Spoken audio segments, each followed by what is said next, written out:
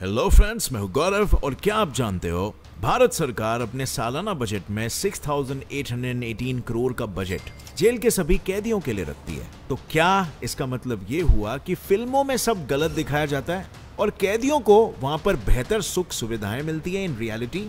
Well, बिल्कुल भी नहीं, क्योंकि जेल में आम कैदियों के साथ इस तरह का टॉर्चर होता है। लगातार मुझको इलीगल तरीके से रखा गया और टॉर्चर किया गया। मेरे को नंगा करके पेड़ से लटका के उल्टा पीटा। जबकि उसी जेल में वीआईपीज को जेल में ही शॉपिंग करने तक की इजाजत दी जाती है। पर क्या इन वीआईपीज का ये फालतू खर्चा भी सरकार के सालाना बजट में से होता है?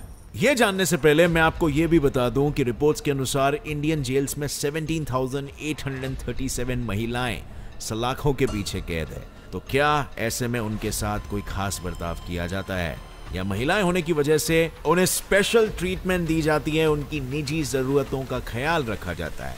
वेल, आपके इन सभी सवालों के जवाब और जेल में रहने वाले कैदियों का हाल पता चलेगा आपको in today's video titled life inside Indian prison. Jail की सलाखों के बीच कैदियों की जिंदगी के बारे में जानने से पहले आप ये जान लीजिए कि हर तरह की इंडियन जेल में स्टेट गवर्नमेंट ही उसका मैनेजमेंट और एडमिनिस्ट्रेशन दोनों देखती है। इसी के साथ ही स्टेट गवर्नमेंट प्रिजन मैनुअल तक सेट करती है, जो उन्हें यह अधिकार देता है वो जब चाहे तब जेल के नियम कानून बदल सकते हैं।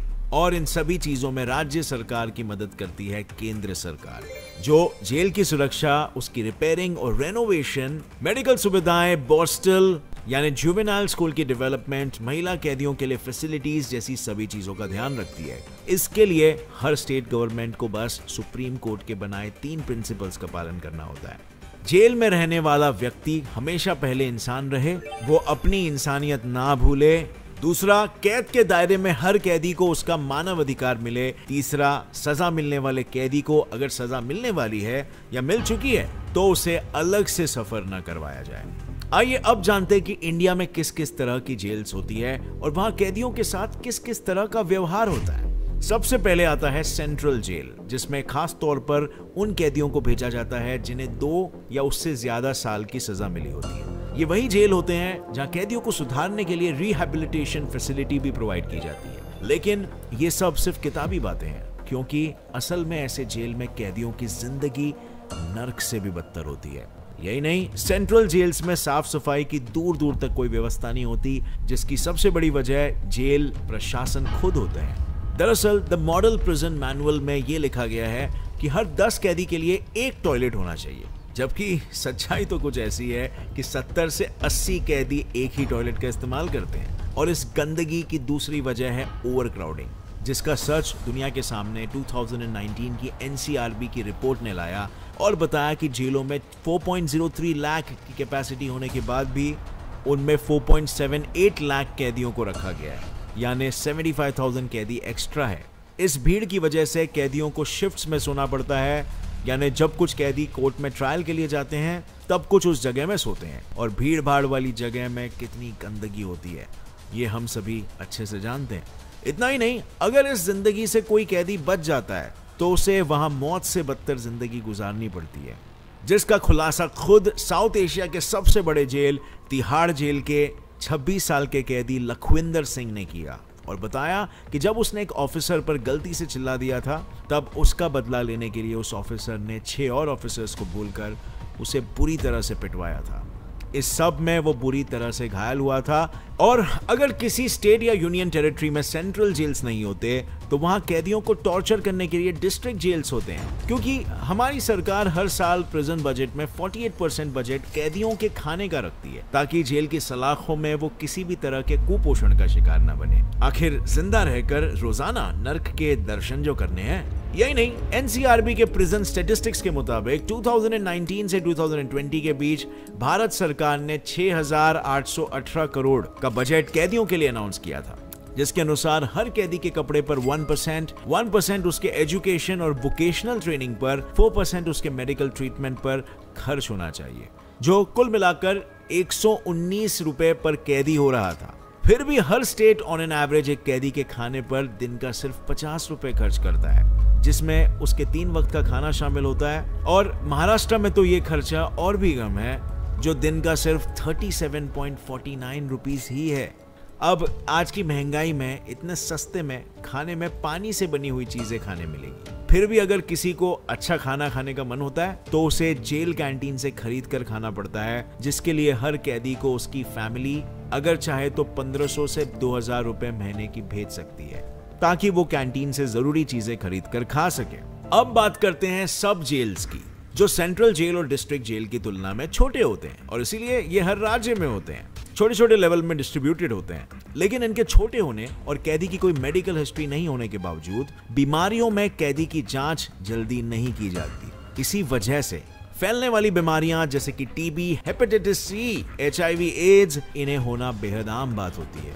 और ये इतना आम होता है कि एक रिसर्च के मुताबिक 1.7% मेल और 9.5% फीमेल कैदी HIV पॉजिटिव थे, जो पूरे देश भर के नंबर से भी ज्यादा है। इतना ही नहीं, जेल में ही 9% टीबी के मरीज भी होते हैं। अब ऐसी जानलेवा और आसानी से फैलने वाली बीमारियों का अगर इलाज नहीं होगा तो वो फैलेंगे भी और उससे कैदियों की मौत भी होगी। अब बढ़ते हैं इन्हीं जेल के अगले प्रकार पे, जो है ओपन जेल्स, जो उन्हीं कैदियों को नसीब होती है जिन्होंने जेल के अंदर और बाहर अपना बर्ताव हमेशा अच्छा रखा हो, क्योंकि ये बस नाम की जेल होती है जहां कैदियों को जेल के अंदर और बाहर दोनों जगह काम करने की और अपने परिवार वालों से मिलने की इजाजत होती है। ये जेल की खास बात ही यही होती है कि ये अपराधियों को सुधार कर समाज में अच्छा काम करने का मौका देती है। इसीलिए अक्सर ऐसे ओपन जेल्स में ऐसे ही अपराधी होते हैं जिन्होंने मजबूरी में कोई अपराध किया हो और समाज को उनसे कोई खतरा नहीं है।